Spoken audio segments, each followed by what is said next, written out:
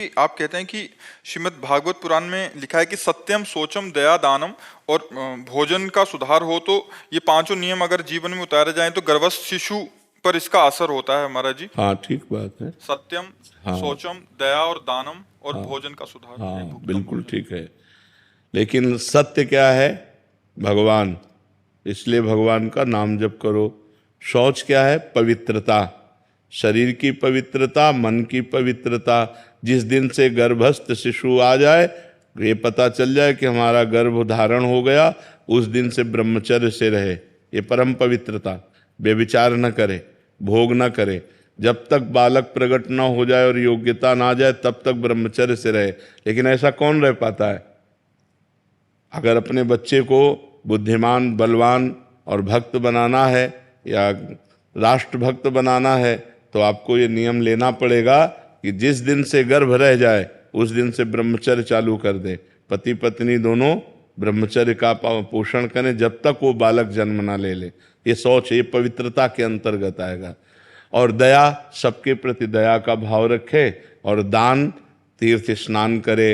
जब पशु पक्षी, भूखे परेशान लोगों को अगर हमारे पास धन है, हमारे पास सुविधा है तो हम थोड़ा उनको भी दें और उस पुण्य का फल मांगें कि हमारा बालक स्वस्थ हो, हमारा बालक बुद्धिमान हो, हमारा बालक भगवान का भक्त हो। और हम स्वयं पवित्र भोजन करें तो निश्चित बात है कि उस गर्भस्थ शिशु पर इसका प्रभाव पड़ेगा। महाराज जी, जैसे उसमें दिया एक भुक्तम तू भोजन, मतलब एक बार भोजन करे, ऐसा भी है? नहीं, बच्चे की पुष्टता के लिए आयुर्वेद सिद्धांत के अनुसार भोजन करना चाहिए।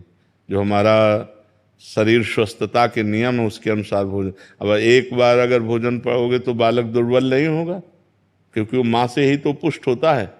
तो हमें अच्छे पदार्थ पाने हैं, सात्विक पदार्थ पाने हैं और 2-3 बार जब भूख लगे, जैसे लगे उसके अनुसार पाना, क्योंकि माँ से ही उसका पोषण होता है। बालक का कोई वो आहार तो है नहीं उस समय। गर्भस्थ शिशु का आहार माँ के ही आहार से जुड़ा हुआ होता है। तो अगर आप उपवास करोगे, आप व्रत करोगे, आप एक बार पाओगे तो बालक को कहाँ से पोषण मिलेगा? बालक को पोषण देने के लिए पौष्टिक आहार पाइए, सात्विक आहार पाइए और 2 बार 3 बार पाइए। बाल भोग थोड़ा पा लीजिए, फिर दोपहर में पा लिया, फिर शाम के पा लिया। थोड़ा थोड़ा करके पाइए जिससे बालक का पोषण होता रहे।